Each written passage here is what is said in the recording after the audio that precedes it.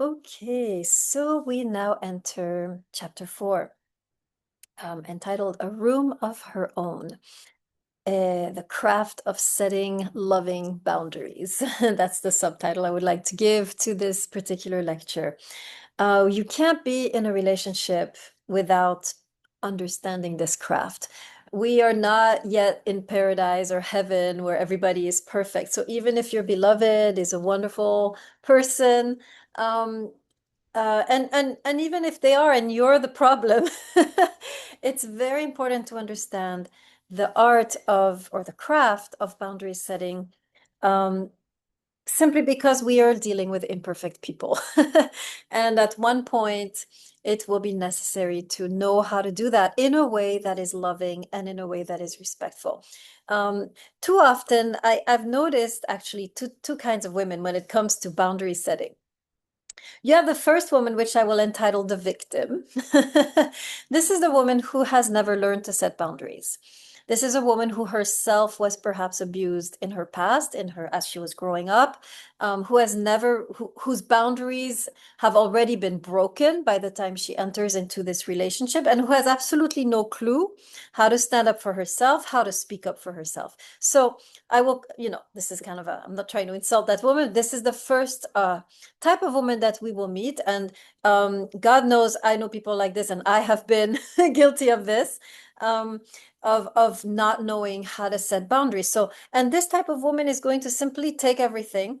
She's going to stay in the relationship thinking always that maybe, right, there's going to be a change. Maybe, something will shift, or maybe she will stay in the relationship because she has nowhere else to go, or because she's enmeshed with this person, which is of course what happens when you're in a long-term relationship. So very often this type of woman will simply carry on, be on survival mode, try to kind of keep herself together, but never really create the transformation that is needed in this particular relationship. And then you have another type of woman, which I will call the bitch. And again, we've all been there. We are both, all women are kind of navigating between these two archetypes. So the bitch, if I may, is a woman who will take absolutely um, no imperfection. This is the woman who, even in the beginning of the relationship, is going to call out the man for whatever he did wrong, whatever he said here that shouldn't have been said, whatever, the little tone that was raised. She will call him out for everything. Each time he does something inappropriate, she is going to be very critical throughout the relationship, constantly thinking about her rights and her own dignity as a woman and her self-respect, focusing largely on the man respecting her. And and she will go about with threats, ultimatums, and eventually, of course, this type of woman is going to lose patience. And she's going to eventually throw out the man after he has done perhaps uh, an unpardonable crime. So again, right, I'm not insulting anybody here, because we all as women navigate between the two. This is really archetypes that all women at a certain point of their lives will experience, have experienced. And of course, this is how we deal with it. So we are either entirely submitted to the person, or we are entirely confrontational. What we're going to learn here in our text is the middle way, is a way to be both for and against the man. This is truly the biblical, by the way, understanding of what it means to be a spouse. This ideal that we hear sometimes later in the biblical text, especially in the New Testament, that the woman is supposed to submit, and that the man is the head of the woman, and she's, this is not really a fully biblical idea. It's part of it, but there's also another narrative, which we're discovering here in the Song of Songs, which is the importance for a woman also to know, to learn to say no, to learn to set boundaries. We are not asked to 100% surrender to the man as though he were God, right? So we are learning here the kind of we are broadening the narrative beyond the idea that the woman ought to submit to the man. There is also the idea in the Hebrew Bible that the woman ought to learn to set boundaries, say no, and confront her man at times. But she has to be capable of doing this without destroying the relationship, while remaining with the man, for the sake of the relationship. So what the Shulamit's wisdom here is the ability to both say no, set boundaries, while at the same time doing so for the sake of the man, for the sake of the relationship, and of course, eventually, of course, obviously for her sake. So it's here the idea of being both with and against that we're going to discover here in the Song of Songs. So let me invite you into this beautiful chapter. This is chapter 5 of the Song of Songs, which begins with a kind of cryptic line. The Shulamit is saying, I slept, but my heart was awake. This is the beginning of the story. Now, the setting is the Shulamit is home, and we know already that she lives by herself. There's no father in the picture. There's not really any of the patriarchal protection, so she's pretty exposed, pretty vulnerable. And as she is asleep, of course, finally, the man, by the way, whom she has been chasing, finally makes a move. But it's a move that's pretty aggressive. He is there at her door in the middle of the night. This is kind of the equivalent of what do you call this? A booty call, right? This is, that text that comes at 2 a.m. That guy, your ex, or that guy that dumped you a few months ago, now texting you out of the blue. This is kind of the equivalent, isn't it? He hasn't been around. She's been, longing for him, but he's been kind of elusive. And all of a sudden, here he is in the middle of the night, and he wants to come in. The story translates pretty poorly this passage. It says the man is knocking on the door, but actually in the Hebrew, this is a much more violent word, which has more to do with pounding on the door than just knocking on the door. So we are witnessing here a situation where the man is violently trying to enter this woman's intimacy. There is here an element of aggression, of violence, potential violence, right? Since he doesn't end up, of course, breaking down the door or anything like that, but there is an element of aggressivity, of aggression. And you can see that in the way that the Shulamit responds. All of a sudden, the Shulamit is hesitant. Up until now, she's been totally into this man, running after this man, come to me, kiss me, hold me, be there. Now, all of a sudden, she's cautious. And she says, the following, I have taken off my robe. Must I put it on again? I have washed my feet. Must I soil them again? And so you can sense here that she's offering a little bit of resistance. In other words, the man's desire here is crossing a line, is too much. There's an element here which she senses is intrusive. And so now she is trying to delicately push back, right? And so she withdraws from this. She's trying to withdraw from this, very aggressive, passionate. It's not, of course, I don't think the man here means to hurt her, but the man here definitely is crossing a line.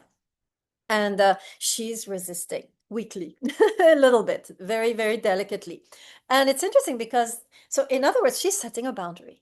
She's saying, well, you want to come in like this in the middle of the night? I don't know if I'm ready for this. This is my intimate space. And your approach is rather pushy, or very, very aggressive. And she's setting a boundary. And it's interesting because the man does not seem to take kindly to this boundary. By the time she finally opens up, reluctantly, by the way, as we sometimes do, a lot of us, by the way, cannot resist pressure. When we're pressured by the man over and over again, do this, do this, do this, eventually we will reluctantly open up. And this is what she's doing here. She's reluctantly opening. She doesn't want this. She's not, enthralled about this, but eventually she opens up. But of course, the man by that time is gone. So it's very a disturbing moment in the relationship. And what's interesting about it is that it is situated right at the center of the Song of Songs. Now, this is very meaningful. It is meaningful because in ancient Near Eastern literature, typically the key to the book is found at the center of the book. It's not like in Western literature where you know where the author is going to give you, his conclusions, his or her conclusions at the beginning or at the end. So if you want to quickly skim through what the author is trying to say, you go to the beginning or to the end. In ancient Near Eastern literature, you always want to hone into the center. This is where everything is hidden. This is where we can find the key to the text. So this section, this kind of disturbing missed encounter, is actually found at the very heart of the text. And so we need to realize that the author here is hiding a very important wisdom about love.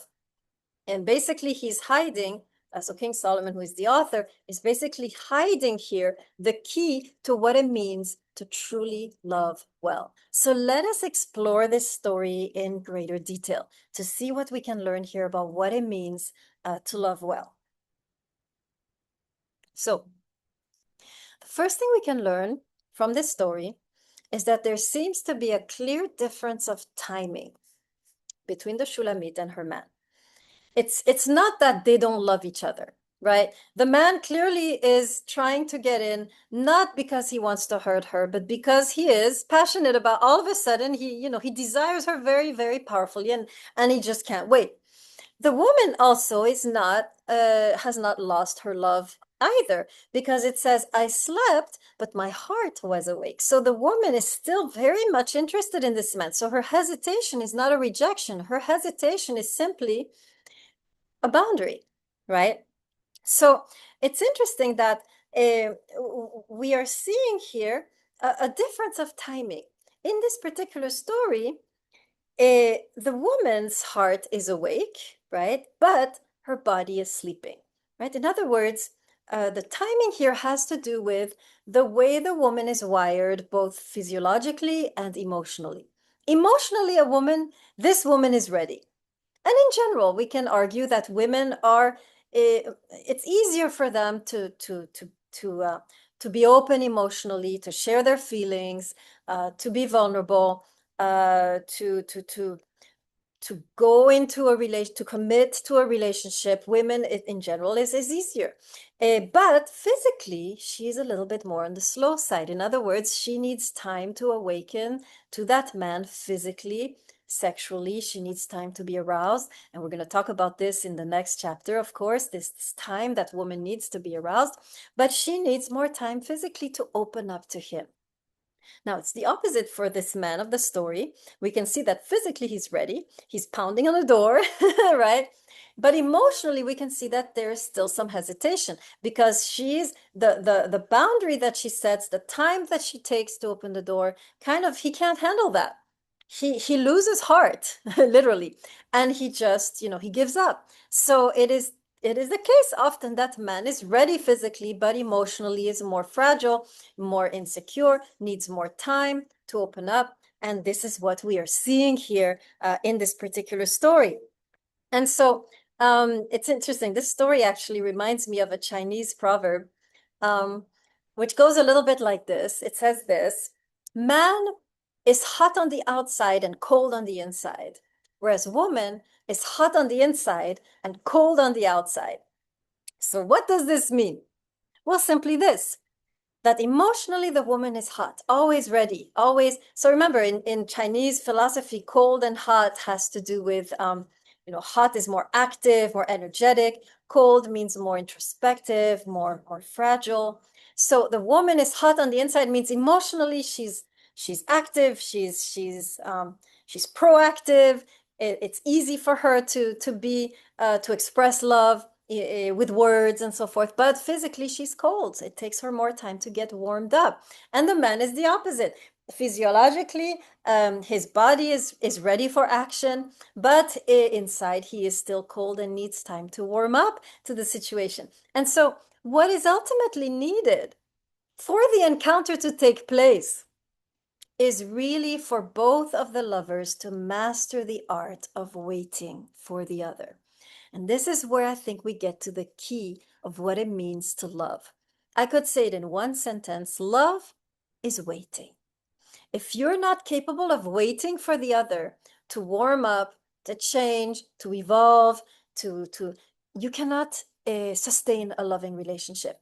What will the secret to sustaining a loving relationship is learning to wait for the other. Love ultimately is patient, which is what the Apostle Paul had discovered, right? If you remember his beautiful poem on love in 1 Corinthians 13, he says this: love is, first thing he says, love is patient. So this is really the key here. Just like the woman needs time to warm up physically, the man needs time to warm up emotionally, and the key lies in the ability and the fortitude and the courage to wait for the other. And this waiting ultimately is wise. I really want to emphasize this because the pressure of society is such that we never want to wait. We want immediate gratification. I mean, I'm part of this society. I need a ride somewhere. Boom, I get on my, I take my apps and I get in 5 minutes a taxi. If I need food and I don't want to get out, I can boom, boom, boom. Somebody comes up the stairs and brings me my food. So we are used to living in a society where everything is immediate. So it's real, wake up call when we realize, oh, here's something that is not going to be immediate. I have to actually learn to wait. And this is not natural to us. But this is truly what we're learning here. To love is to wait. And just like the man, just like we expect men to honor our physical rhythm, the time we take to warm up to them physically and sexually, we ought to also, and this is, I think, the interesting added wisdom here, we ought to also learn to wait for the man to warm up to us emotionally, right? Too often, as women, we're ready within a few months to get married to this guy, and the guy is still, confused, and we get impatient. And we tell them, listen, you're immature. Your friends are going to, it's always the best place to go when you're struggling in a relationship is your friends. They will do everything to destroy without wanting to. But your friends will be like, oh, he's immature, dump him, he doesn't know what he wants. And we lose patience with our men. And just we want them to honor our rhythm physically, but we are not ready to honor their rhythm emotionally. Men need time. And just like we need to feel safe before we can open up physically or sexually, and I'll talk more about that in the next chapter, well, guess what? Men also need to feel safe in the relationship before they can open up emotionally and commit to us. And this is something that we don't realize. There is also an element of safety that we have to offer our men emotionally for them to be able to commit. And what I mean by safety is, how does this man feel around you? Are you highly critical of this man? Does he feel he has to walk on eggshells around you? Does he feel like at any moment he's going to make a mistake and, mess something up and maybe, ruin, your, whatever your, your boundaries are. So we tend to be very critical, especially, us modern emancipated women who are conscious of our worth. We want to make sure the man understands that. And so we become very critical of that man, and he's constantly, in a way, misstepping around us. And the more we are critical, the less safe that man is going to feel. Now, again, it doesn't mean you let the man do whatever. We're in a course on boundaries, but it doesn't mean also that you can't express a desire. But the way we do it, how negative are we about it? How critical are we? To the man, in a way, cannot feel safe in a situation where he's constantly making mistakes in your eyes, right? So we need to also create safety, emotional safety, where the man feels that, he's not messing up at every turn, that he is doing something right, that he has understood how to make you happy. One of the most powerful ways to make a man feel unsafe in the relationship is to be perpetually unhappy with him. Your joy in the relationship is the man's safety. To the degree that the woman enjoys the man and is enjoying herself around him is to the degree that he will gain the confidence to go deeper. But if the woman is constantly nagging and critical and unhappy and crying and so, why would he take the next step? He's already failing lamentably in this stage, right? So that's just a few things that we ought to know as women, just like we expect the man to create safety for us so that we can open up sexually. Again, we'll talk about this in the next chapter. Likewise, we have to create a space where the man feels safe enough emotionally to take the next step. Okay, so that's a little bit the first thing that we learn here in this particular story. But there is a deeper lesson here also, and I want to talk about this too, because beyond, just the dating uh, moment where these two are in the story, we need to talk also about boundaries within an established relationship. How does a woman set a boundary, and how do we do this within a marriage or within a committed relationship, a relationship where things have been already established? And so I want to talk a little bit about this too. Now, what's interesting is that initially the relationship always goes well, of course. The first 2-3 years, things are flowing, everybody's respectful, everybody's loving. After some time, though, we will notice a little bit people falling back into their habits of control, of manipulation, of sometimes violence. And, people will reveal their true selves, which, and by the way, this is both men and women. We also, as women, can be extremely controlling. And the man can also be very controlling. So control is not just one of the genders. We both begin to do this. So, and it's interesting because at that point, the problem is always the same. One of the lovers is trying to, in a way, has lost the ability to curb their own desires and want to kind of, control the other, impose their will on the other. So any type of infraction in the relationship, any moment where you're crossing a line, has to do with your own lack of limiting yourself. So at one point, one of the lovers or both at the same time are going to lose the ability to curb their own desire for the sake of the other, and they're going to try to control the other. And so this takes many forms. Of course, I knew a couple. They were both brilliant medical doctors, and the woman, she wanted to go on and get a PhD in science or whatever. And I remember them talking, about it at the dinner table, and the man was like, you could sense that he thought the idea was ludicrous, because why? We're already making enough money. Why would you want to? What's the point? Right? So he didn't understand her kind of that she wanted to learn more. It was more about money, right? He didn't understand, why would you want to do that?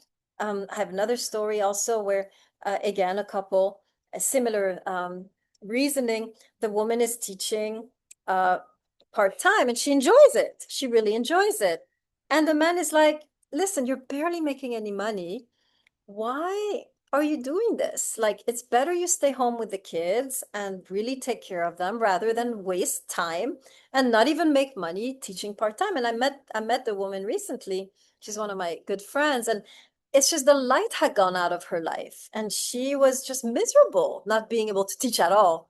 And and I was like, why are you not teaching a little bit? It's good that your kids see you, happy. And she's like, well, it's not enough money. And I'm like, that doesn't sound like you.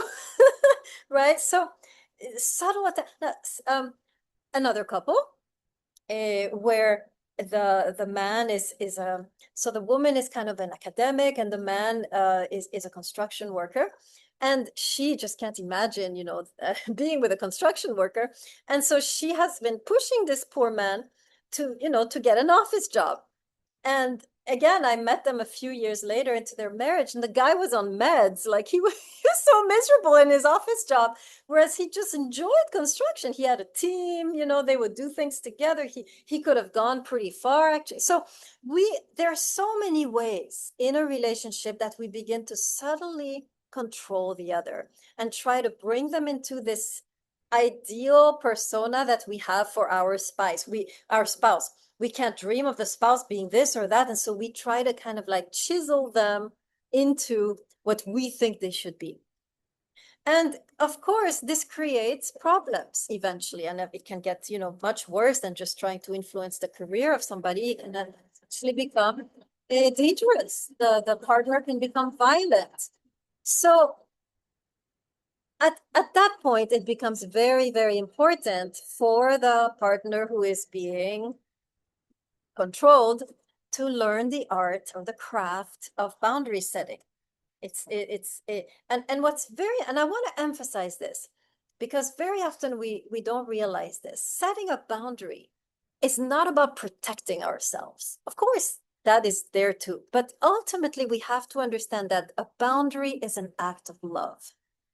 It is an act where it's an act where we invite the other person to grow into is a more mature lover, a lover who doesn't need to control the other person, but a lover who is capable of accepting the difference of their partner, of accepting that they're not going to squeeze into their ideal spouse. So it's really an act of love, which not only invites the partner who is the controlling partner to grow up, but also, of course, protects the abused partner, but eventually also strengthens the relationship. So we have to learn to set boundaries in ways that are life-giving to the relationship, life-giving to the other person, rather than boundaries which cause the disintegration of the relationship. It's so important to set a boundary with both love and respect.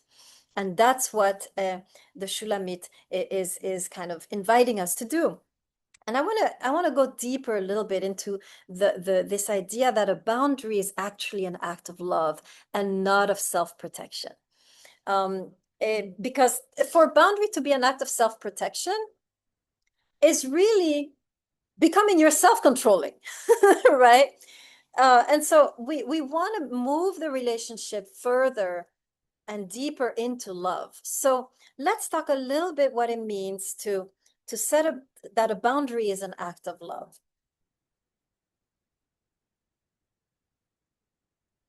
Okay. It's interesting because the person who is the controlling person typically is a person who has never truly emerged out of childhood. We all know these children when they're walking around or they're in a room are going to always think that everything is theirs. They see a cookie, it's theirs. They see a toy, it's theirs. And we have to really teach them this idea that not everything is yours. You have to learn to limit your desires so that another person can keep their toy, or so that, this other sibling can have the cookie. So the natural child always thinks that everything revolves around them and they're always in the mode of taking. To move into adulthood is to realize, no, the world is his own person, right? Not everything revolves around me. There is another who is not revolving around me, and not everything is mine for the taking. I also have to learn to give and not just take. So typically, the person who is in the controlling state is really a person who is still, and often these people have suffered from they haven't grown up because of the lack of love or of security in their home. So they remain very much in high alert, like a child trying to draw everything to themselves to create that safe universe, right? So we have to have some compassion on people who are like that. But at the same time, setting a boundary in a relationship is an invitation for that person to grow out of that childhood, to begin to think, oh, they're their own person, or what can I offer here to this person? Can I give them more space? Can I give them, the opportunity to do this and to do that? And thinking more in terms of giving rather than of taking. This is the moment of growth.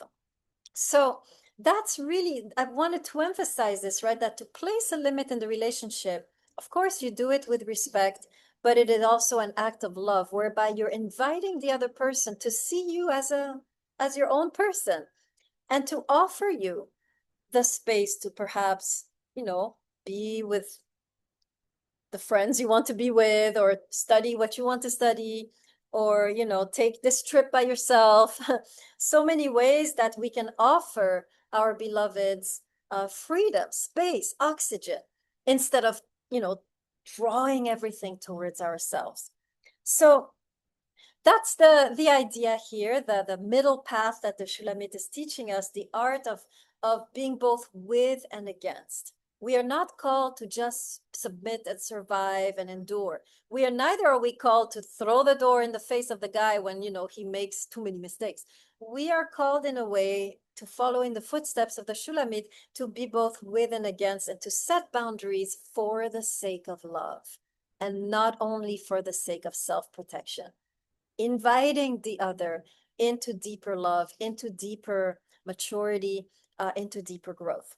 Okay, so we are now going to head to chapter 5, where we will be talking finally about the secrets of lovemaking, and I will see you there.